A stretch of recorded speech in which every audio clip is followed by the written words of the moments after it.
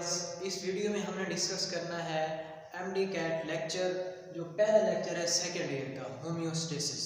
अब इसमें MD cat का जो सिलेबस दिया हुआ है उसके मुताबिक ये जो है वो टॉपिक नंबर 11 है एमडी कैट के उसके मुताबिक। लेकिन हम जो है चूँकि तरतीब के साथ पढ़ेंगे अपनी बुक के अकॉर्डिंग, तो सिलेबस हम वही मेंशन करेंगे, उसकी अकॉर्डिंग पढ़ेंगे, लेकिन बुक की तरतीब के साथ पढ़ेंगे। तो इसमें होम्योस्टेसिस का हम सबसे पहले जनरल इंट्रोडक्शन पढ़ेंगे। उसके बाद इस चैप्टर से आपके जो है वो 3 टॉपिक्स हैं मेन।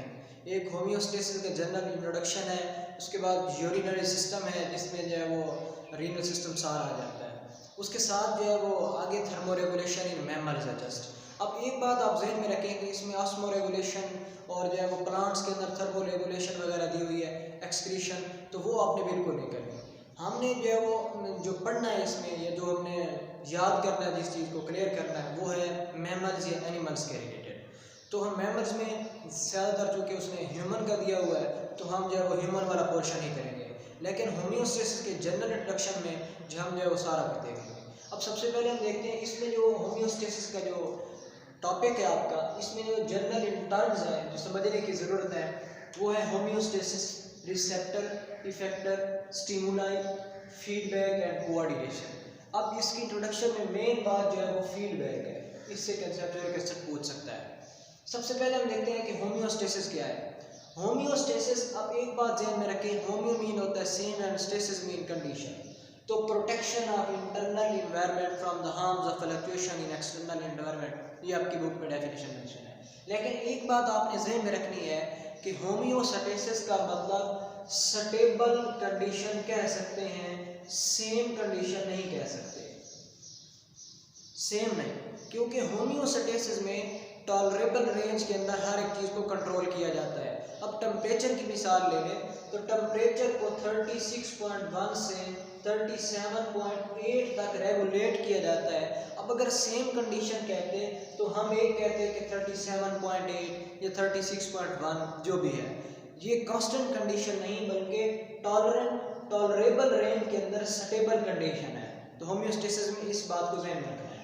उसके बाद साइड पे जो है वो एक टेबल बना हुआ है जिसमें उसने जिक्र किया हुआ है कि होम्योस्टेसिस एवोल्यूशन में रोल प्ले करती है। अब होम्योस्टेसिस का एवोल्यूशन में क्या रोल है, आप एक बात ध्यान में रखिए, चूँकि होम्योस्टेसिस जो अडॉप्टिंग सिचुएशन है, यानी कि ये अडॉप्ट करती है एक्सटर्नल इन्वायरमेंट के अकॉर्डिंग, यानी कि एक्सटर्नल इन्वायरमेंट के अकॉर्डिंग ये इंटरनल इन्वायरमेंट को स्टेबलाइज करती है। तो जब आप देखें कि एवोल्यूशन होती है तो एक्सटर्नल इन्वायरमेंट बहुत ज़्यादा फ्लक्चुएट करता है, उसके नतीजे में मुख्तलिफ तब्दीलियाँ रूनुमा होती हैं, temperature, climate, solute, water balance.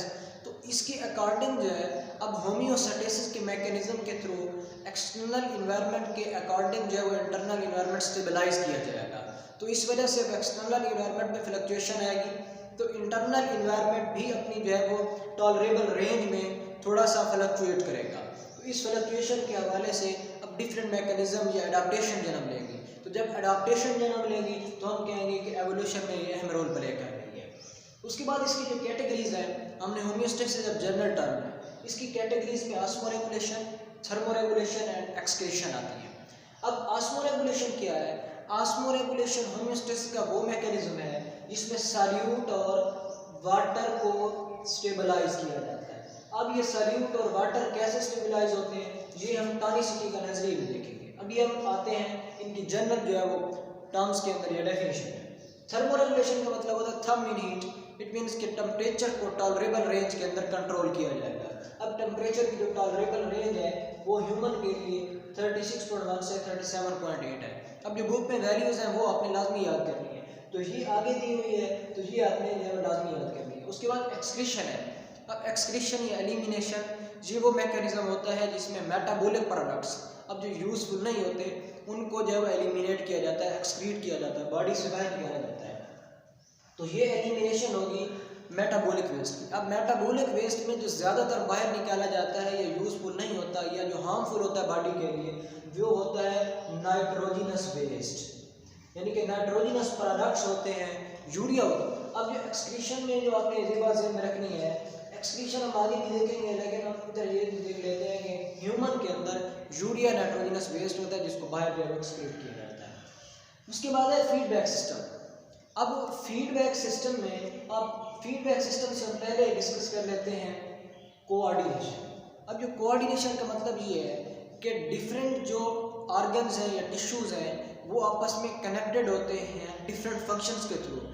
External environment के अकॉर्डिंग जो इंटरनल इन्वायरमेंट में मौजूद जो टिश्यूज़ और ऑर्गन्स हैं उनका एक नेटवर्क होता है, आपस में कनेक्शन होता है, उसे कोऑर्डिनेशन कहते हैं। अब ये कनेक्शन कैसे डेवलप होता है? ये डेवलप होता है सबसे पहले स्टिमुलस आएगा। अब स्टिमुलस में भी एक्सटर्नल और इंटरनल। अब एक्सटर्नल स्टिमुलस तो हम कहते हैं कि टेम्परेचर चेंज हो सकती है, कोई भी जो है वो फर्ज करते हैं कि बाइट जो है वो करती है बी, इस तरह हो सकता है। लेकिन इंटरनल स्टिमुलस भी हो सकता है। अब इंटरनल स्टिमुलस क्या है?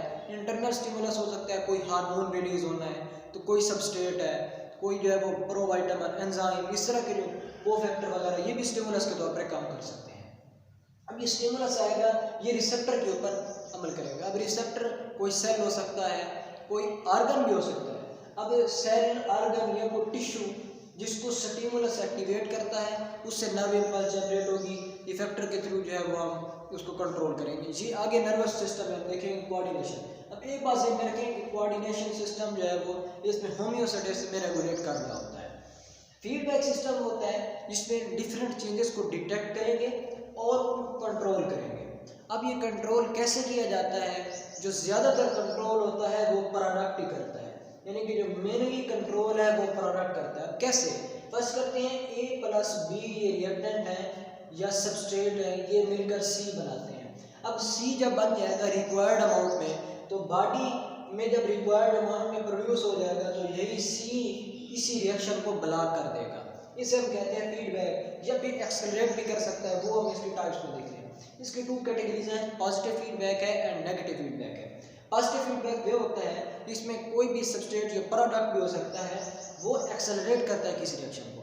अब हार्मोनल जो सिस्टम होता है वो पॉजिटिव फीडबैक के थ्रू होता है। जिस तरह चाइल्ड बर्थ के दौरान जो ऑक्सीटोसिन हार्मोन होता है वो पॉजिटिव फीडबैक के थ्रू ऐड करता है। जितना ज़्यादा रिलीज होता चला जाएगा उतना ज़्यादा लेवल पे इंड्यूस होता चला जाएगा।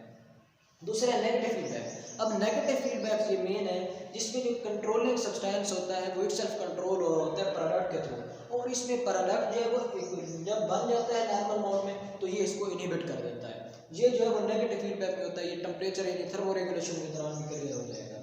उसके बाद हम आते हैं टॉनिसिटी का नजरिया। अब ये ऑस्मो रेगुलेशन से जो है वो एसोसिएटेड है।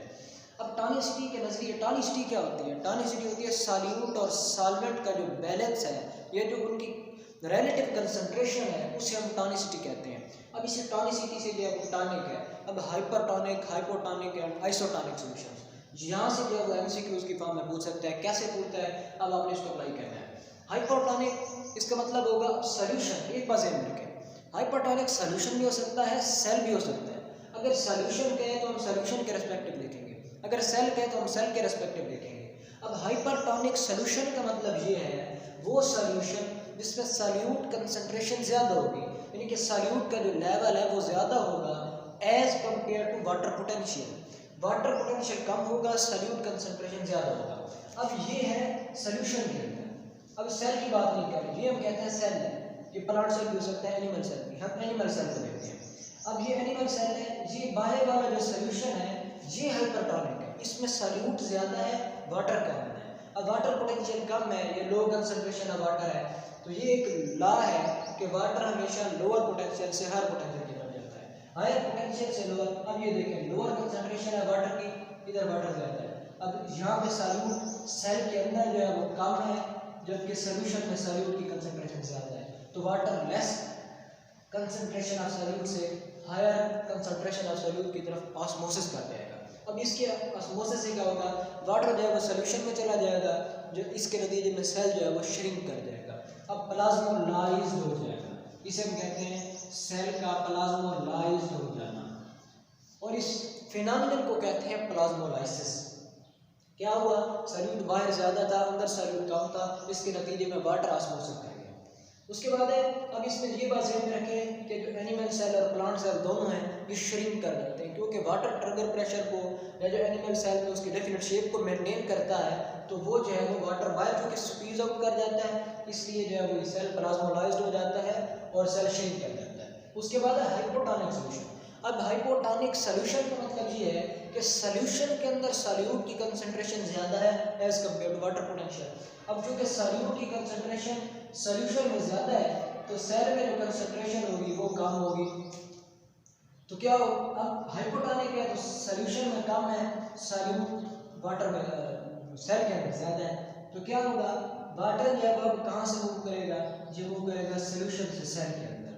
तो एज अ रिजल्ट क्या होगा, सेल जो है वो साइज में इंक्रीज होना शुरू हो जाएगा।